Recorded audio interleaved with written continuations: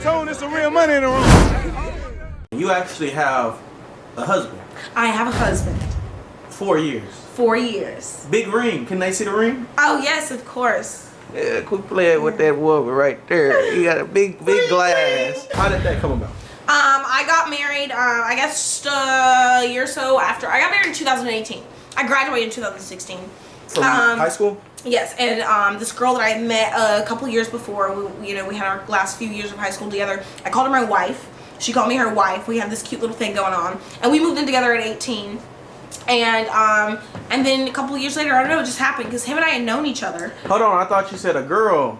So she's my wife. She's from wife. Utah originally, and we lived together for a while. I mean, we didn't have sex. She's my wife. Like, she was my partner. We had sort of like made a pact, basically, like that if we never did get married, because I never planned to get married ever in my life. So I'm like, I just want that person that support, and also financially, like it's just better to have a team, to be on a team. You feel, you feel safer. You feel like, all right, I got this person. So even if everything else is going wrong, I've got this person. And so because I never thought I'd get married, I'm like, I don't care who that person is. And I think I've also always been pansexual, and I just didn't know it. So I'm just like, I just need a partner, and I don't really care. Pansexual? It means that you don't care. You don't have a preference of who your partner is. You can date someone that's straight, bi, gay, transgendered, asexual, whatever the case may be. If you like that person's personality, it doesn't matter what you do sexually. Okay. That's what pansexual is. And I guess that's what threw me off, because you was referring to her, and then you called him. Yeah. And so that's their pronoun. She is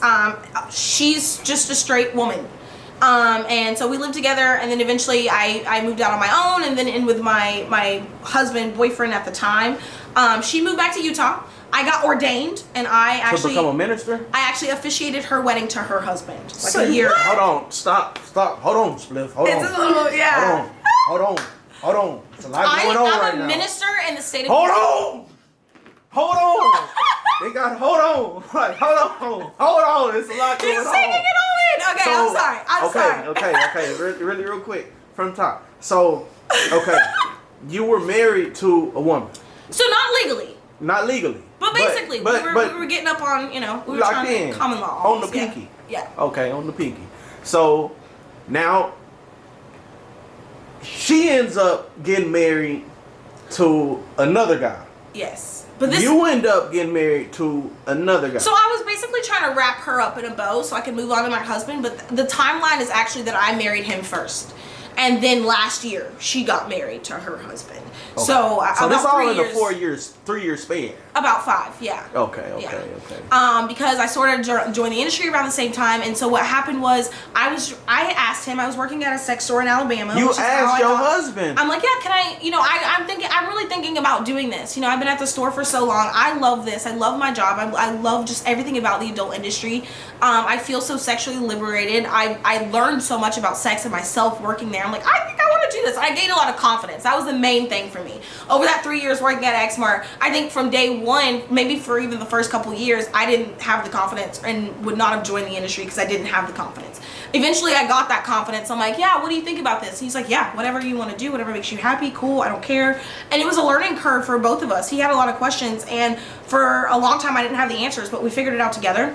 And we were already open. So we're swingers, and we had already had threesomes with girls before. So we weren't vanilla. Working at the store, him and I just sort of explored our sexuality together over that 3 years of me working at the store. So we're hooking up with couples that come in the store and that like me. We're just exploring and experiencing. And then my husband decided to join the military. And so we decided, in order for me to be able to travel with him and everything, that we were going to actually get married. We were fine. I think ultimately if you put pressure on a relationship, it makes it all the more hard.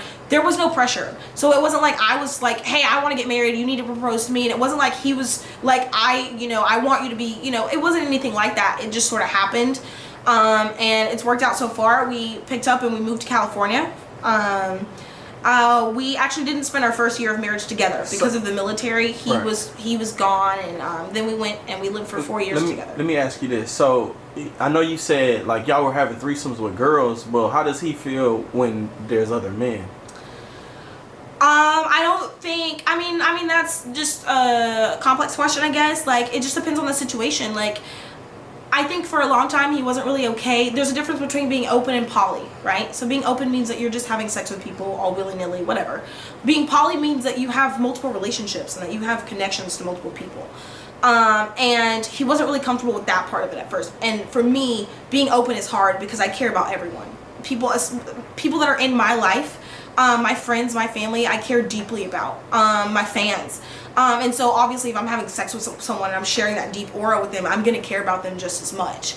And so that was a little difficult, but we didn't really have any issues because we have trust and we have communication. And so I haven't given him any reason to, you know, at first it was just a little uncomfortable when I had boyfriends. But for the most part, he's not really there when there's guys involved, unless it's like a threesome or a foursome or like swinger activity where like, right. you know. Do you go to your husband and say, hey hubby, it's this sexy guy that I want to Well, that's a little much. So, and every relationship is different. Every open and poly relationship is different. For us, I don't think my husband really wants to know the details. Like, I'm pretty sure he's expressed to me, like, I don't really care to know the details. Do whatever you do. I don't care. For the most part, the only details I give him are if the guy's annoying or something funny happens, you know, like, but beforehand, it's just, so we have a 24-hour rule too, right? So, like, let's say I'm out, fucked up on the town, I don't know what the plan is for the night, and I end up going home with somebody. You know, you never know. I have a 24-hour time span that I need to inform him that this has happened. Okay. Right? But our rule in general is that I tell him beforehand. I'm like, hey, I'm really feeling this dude, probably gonna fuck him. Like, super easy, quick, like, no, not a lot of I will tell him his name maybe sometimes. I usually don't even, he doesn't remember their names, like, unless I see them multiple times. Then he'll be like, oh yeah, I remember him. Otherwise, he's like, who the f is that? And I'm like, I told you about this guy. Right. And he's like... Right. What does he do the same when it comes to the? So I want details. I am a cuck. I want details. So I have to sometimes pry it out of him. I think he's just like, you know, I did this on my own. Like he feels almost sort of weird about it. It's not like something he really wants to talk about. But I'm digging all the details out. I'm like, was she hot? Was she fun? Was she excited? Was she like, what was it like? You know, like, was it warm? Was it tight? What was going on there? You know? But yeah. So you're the jealous type for real? No, I'm not jealous at all. I'm into it. Okay. It turns me on. I'm like, I like sharing him a lot. Yeah. Right. And I'm not really concerned. I can say, ultimately, if I get threatened, I will cut a bitch. But I never feel threatened. So I'm like, you know, it's whatever. So when the situation with the STD happened, did you tell him, like, how was that talk? Was that uncomfortable? The situation with what? The STD. Oh, yeah, I let him know. I think at the time he was on like a field op, so he wasn't home, so it wouldn't have affected his sex life at all. Yeah. He wasn't around, so yeah, he was just like, well, damn, baby, you f***ed up. That was fucking stupid. I was like, yeah, you're right. Yeah, that's love. You know, but we're humans, right? So Right. It wasn't like a thing where he's like, oh my god, you're disgusting, you know? Right, yeah. Well, so you became an ordained minister. I am a minister for the state of Utah. I'm glad that he's like, I needed to swallow that and then I'll bring it back up later. Yeah, I need to, give me time. He's like, give me some time to sit on that one. Right. Yes, I am a minister in the state of Utah. Okay. Yes. So how did that come about? She's originally from there. She moved to Alabama when she was in, like, my wife. When she was in about 10th grade, we became friends pretty quickly. But then after I moved off with my husband, she's just like, you know, I don't really see anything here for me in Alabama. Her and I had a goal. We had plans to move to California together, and I ended up moving there with him. But I think, you know, just things were changing and getting different in our lives. Ultimately, her father had an accident that kind of, like, really stalled him. She decided, I want to go home. I want to be home in Utah. So she moved back there, and we stayed in touch. And she fell in love with this guy she knew from high school, and they moved in together and then eventually got married. And I'm like, I'm your wife, you know, if you're gonna get married, I'm doing this shit. Right. You know, like, I'm gonna give you away, basically. You know, I'll let your dad walk you down the aisle, but I'm gonna give you away.